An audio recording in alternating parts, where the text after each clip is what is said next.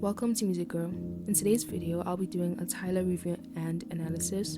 Released 22 March 2024, the South African songstress gave us a R&B, pop and amapiano infused album.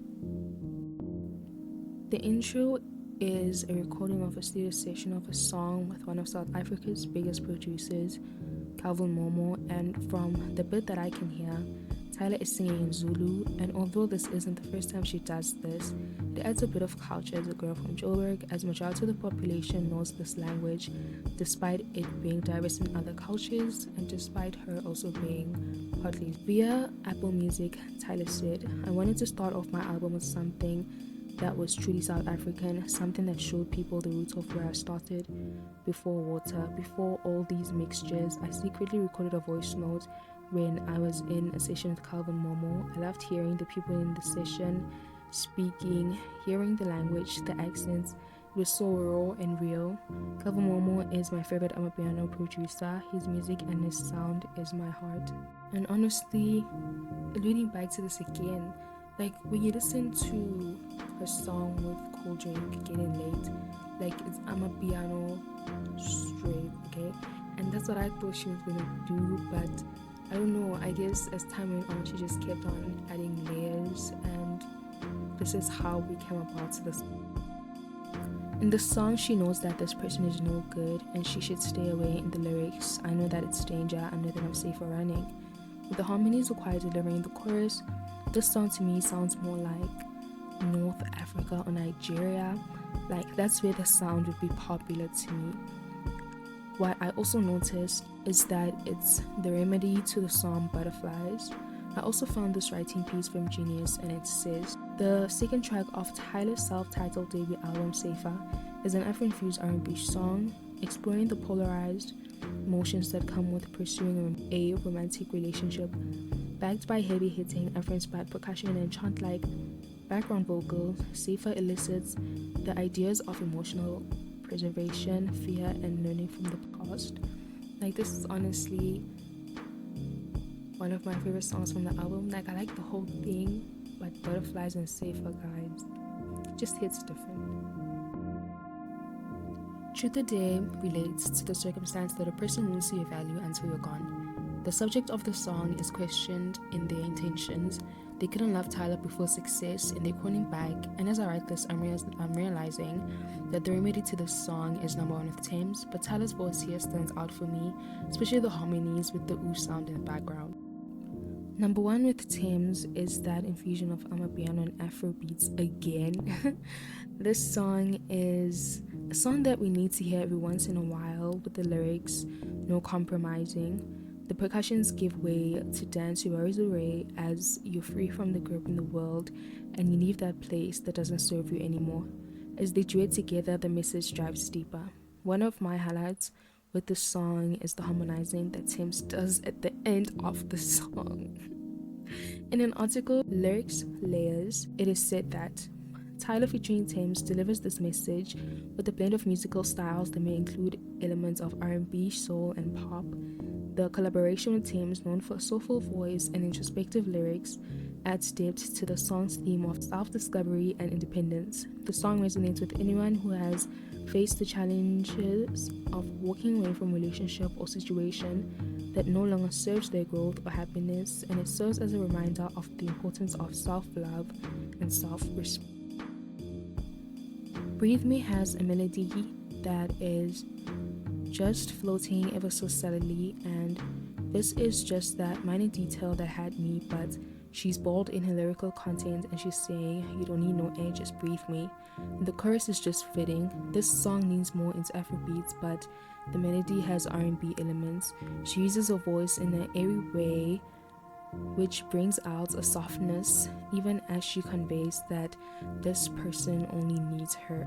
Butterflies is one of my favorites off of the album, as TYLA sings over the guitar riff that is carried by a bass guitar, and the smooth vocals just floating with the melody, carrying it deeper into the crevices of my brain.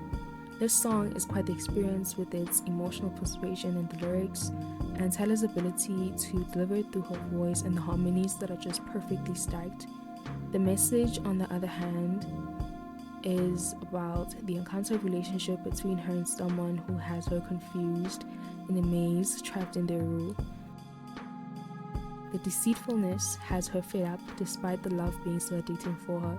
I think the song sounds like being engulfed by love that feels so good but it's so wrong. Or should I say, it's almost like forbidden fruit.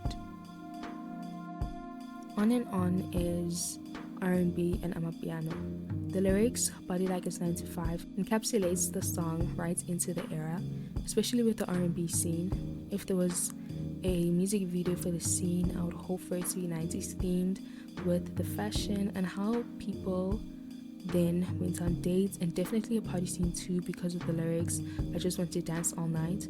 This song brings on a fun side to love more, but the sultry tone of TYLA's voice adds a unique element to the song.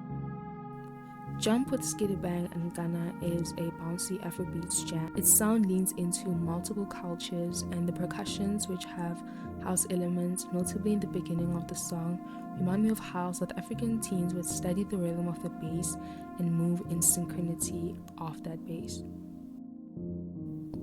ART is like a mid-tempo R&B track with Amapiano and Afrobeats all in one. In her saying she's art, it's like she's coming from an admirer's point of view as someone studies her, or it could also be about being appreciated in comparison to art, possibly one in a museum or art gallery. The thing that stood out with this song is the lyrics. They used a lot of art references so well that it painted, no pun intended, the song well. The vocal deliverance in the song made me realize the growth in TYLA's ability to use her voice mostly. On My Body with Becky G, we get feisty TYLA. The harmonies or choir that harmonizes with her is, to me, a signature. Her vocal performance is more bold in that instead of flowing like the river, it's popping out melodically with some island girl vibes. Vocals with Becky's have this duality where I can't tell them apart at times.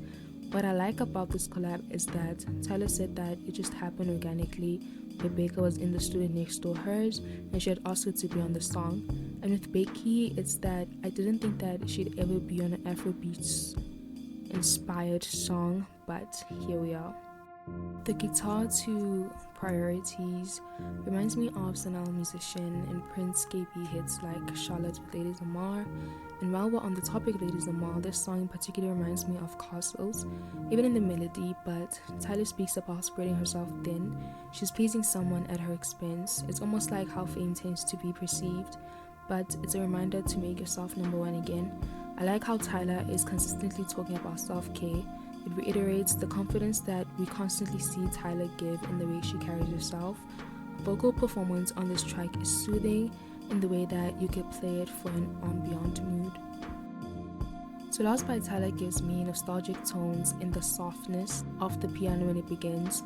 As she sings Never Thought You'd Be This Way, we see how unexpected the heartbreak was.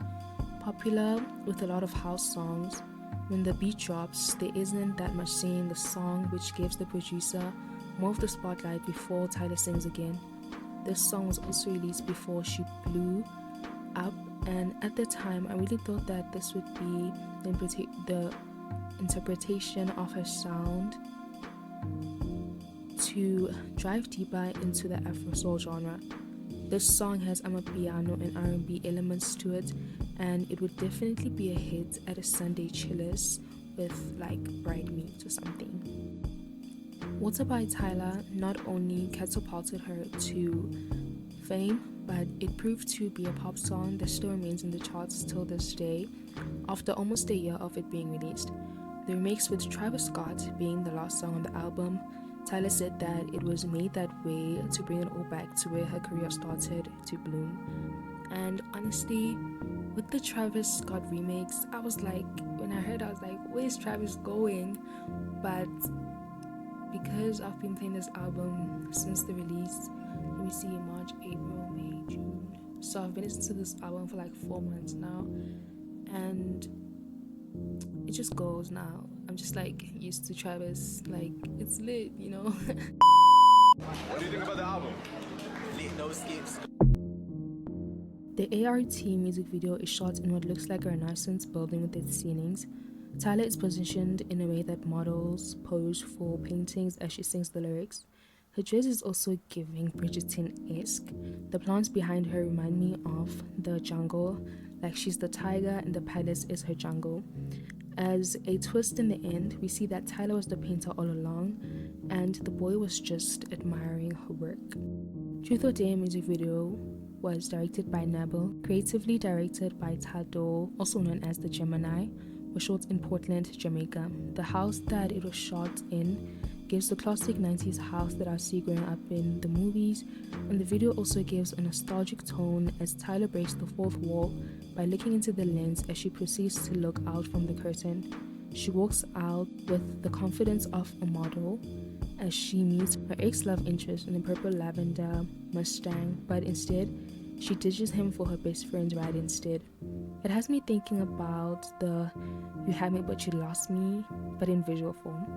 When the car that TYLA is in splatters the water puddles on the road and they hit the ex's car, it's giving "eat my dust" for real, especially when as she's hanging out the car she blows him a kiss goodbye. Finally catching up to one another, she steps out the car to meet him, to only take his car keys and have the police catch up with him, and she laughs it off to end the scene.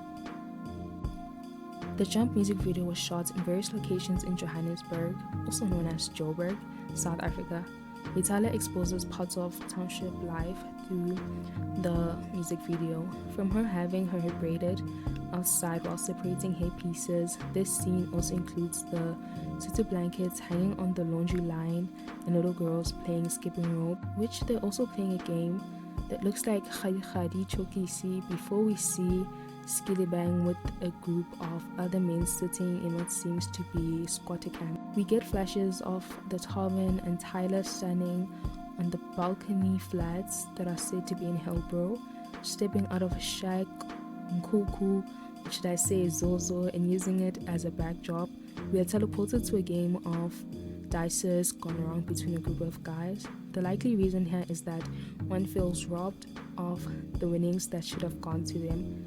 This is the most popular way of gambling in townships too. In the camera flashes, influences of Sophia Town are shown through the dressed up men in suits like the olden days from the 1960s, I want to say, but I could be corrected.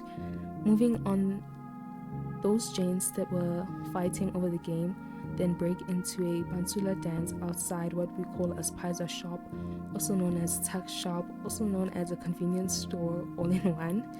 When we hear the collective exclamation Haibo, we see Zulu men do what we call Uki. Anyways, before we see women do the Bacardi dance, TYLA stands outside the Spaza shop holding a township classic snack called coleslaws. And fun fact, they used to tell us that these snacks had substances, but we kept eating them regardless. And we were kind of scared we'd get sick, but for the fun of things, we just carried on. The guy who breaks in through the window is chased by what we recognize as a Skotana, and he's wearing Rosemoda as well. It's a brand that people who are Skotanas wear a lot of the time. TYLA's facial expression clearly says, "Don't ask me, I don't know." Fast forward to 2 minutes and 18 seconds, we see Grandma's play Stalker. And fun fact, they used to be popular back when I was in primary school, but I only saw the ones from Limpopo. So these ones who are in Joburg are new to me. I've never seen them. Seeing it was just a cool throwback. The water music video opens up in a full view of the ocean in Jamaica before we see TYLA with a group of girls in an ambient room with warm tones. Walking into a steamed room, she's quite alluring, taking things outside. Fireworks are lit and TYLA's wearing her hair in a red look before we see people dancing. The flower in her hair gave me Moana vibes, and the dress she wore had Jamaican colors that drove the island girl vibe deep. I cannot end this video without talking about the looks that TYLA has been spotted wearing. There's this cohesiveness in it that it's like they're creating a lookbook. I've been seeing her in a lot of swimwear though, like mostly the tops more than the bottoms. A lot of beach vibes, but also the 90s and 2000s influence is heavy. She is said to be styled by the Gemini amongst the other stylists, and they have captured her frame and essence really well in these pieces. My favorite look though is a leather jacket with a tiger print swimwear looking top and the mini shorts. They kind of give Lara Croft, and TYLA is just this bandit from the jungle. An avatar with this look would eat. And then another side note, guys, what the Gemini is doing, like her creative direction is just impeccable.